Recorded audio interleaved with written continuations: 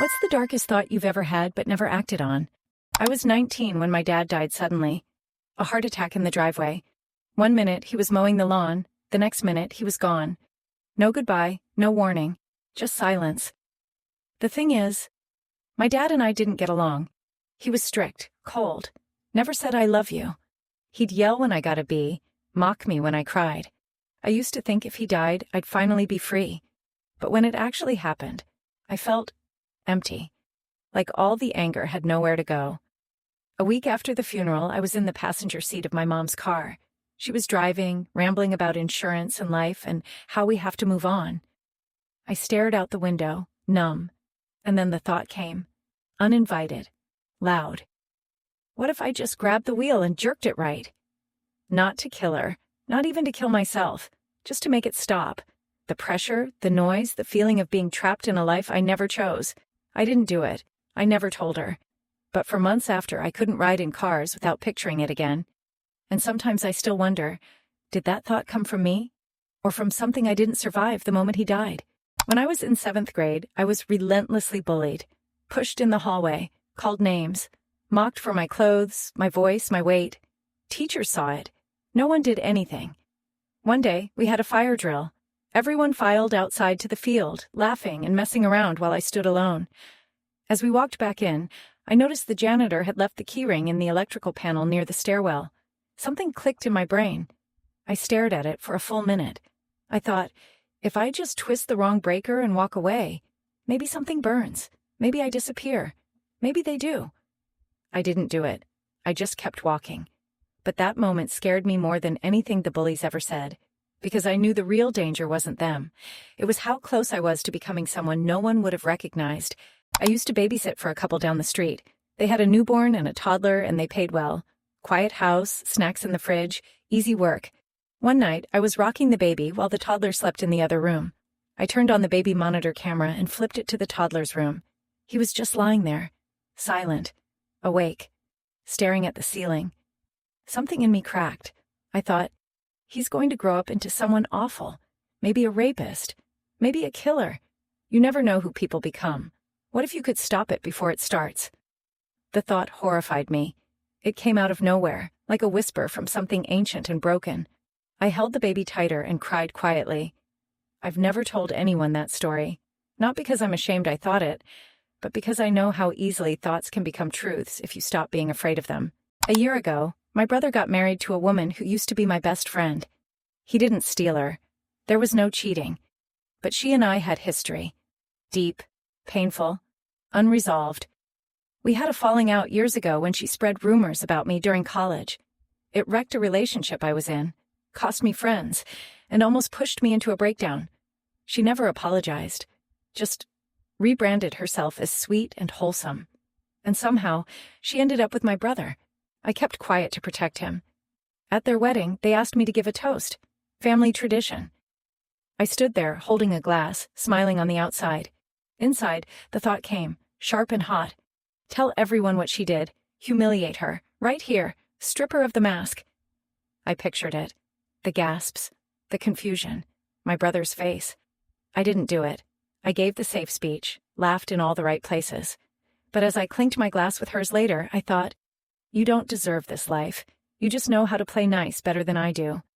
I'm still holding that truth. Maybe forever. When I was 16, I hated how I looked. Not in the usual teenage way. I mean visceral hatred. I'd stare into the mirror at 2 a.m. and want to break it. My jaw looked wrong. My teeth, uneven. My skin felt like a costume I couldn't remove.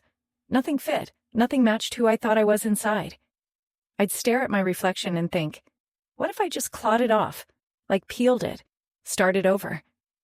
There was no logic to it, just pure rage.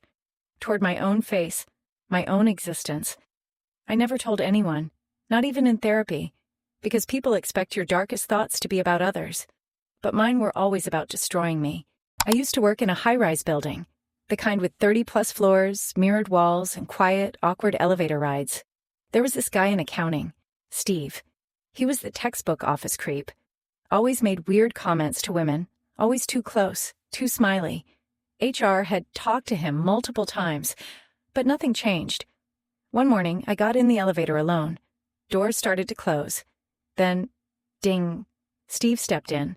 I froze. He smiled, said something about my shoes.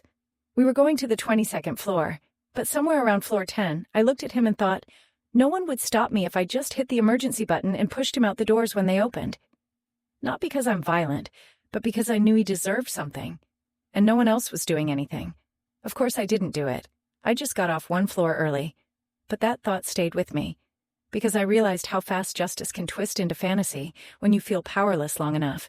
There's this bridge near my hometown, not huge, but high enough. Beautiful view of the river, especially at sunset. One evening, I went there with my then-girlfriend. We were fighting. Again. One of those quiet, venomous fights where you both pretend you're not trying to hurt each other, but every word is a knife. She walked ahead of me to the edge of the bridge, leaned on the railing, stared out at the water. Her hair was blowing in the wind. She looked so peaceful. And I remember standing behind her just a few feet back and thinking, if I pushed her, it could look like a fall. I didn't want to do it. But the thought came anyway. It wasn't rage. It was curiosity, cold and clinical. Like my brain briefly became someone else's. I remember shaking it off like a chill. I stood still, didn't move, didn't breathe, just waited for it to pass. We broke up a month later. She never knew. But sometimes, when I'm near railings, I still feel it. That brief, terrifying sense of control, like holding chaos on a leash. Years ago, I lived in a crumbling apartment complex with paper-thin walls. My upstairs neighbor had a newborn. The baby cried. Constantly. Day, night, 3 a.m., 6 a.m., middle of Zoom calls. I don't think it stopped for 3 straight weeks. At first, I understood. Babies cry, parents are exhausted. But eventually, it broke me. I hadn't slept more than 2 hours at a time. I was failing deadlines. My hands shook from exhaustion and stress. And one night, around 4 a.m., when the crying started again, I thought, what if I went up there and did something? Just made it stop. 1 second. 1 act. And I imagined it. In detail. Not because I'm a monster, but because my brain was desperate to escape. Of course, I didn't do anything. I curled up in the corner of my kitchen and cried. And the next day, when I saw the mom in the hallway, eyes swollen, hair matted, I felt ashamed. She wasn't the enemy. Sleep deprivation was. A few years ago, I applied for a job I really wanted. Dream job. Months of preparation. Several rounds of interviews. I even bought a blazer I couldn't afford. I made it to the final 2. Then I found out who the other candidate was. Her name was Taylor. I didn't know her personally, but we had mutuals.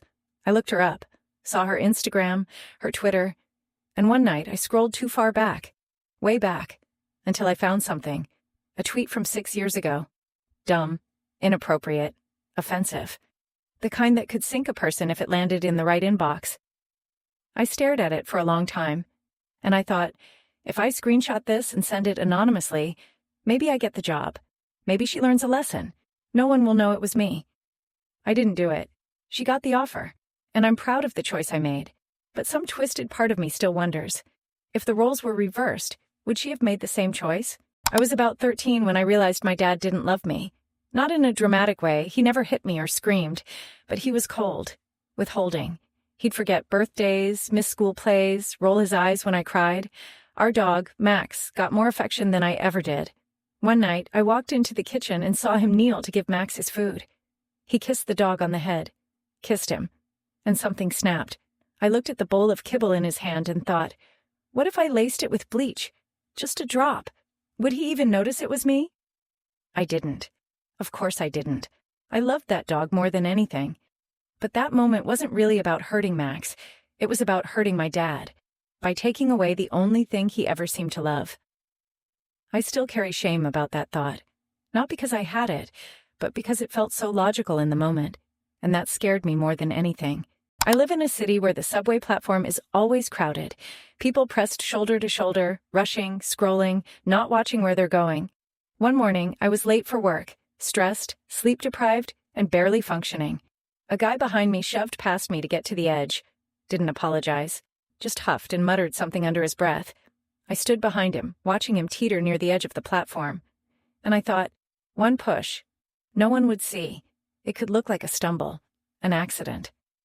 I didn't even know him. He hadn't done anything unforgivable. But the thought was there. for just a second. It passed. He got on the train. I got on the next one.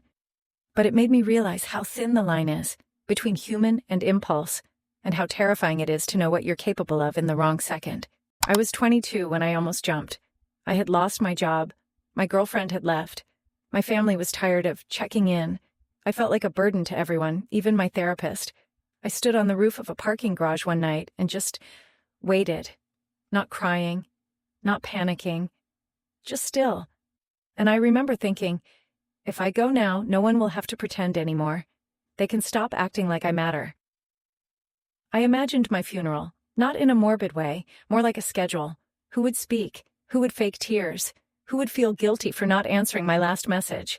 And I felt peace. But then a text popped up from my little sister. Just a meme, some dumb cat joke. And I laughed. Like, actually laughed. I climbed down, went home, ate a granola bar, slept for 14 hours. No one ever knew how close I was. But I think about that version of me sometimes. And I'm glad he never got the last word.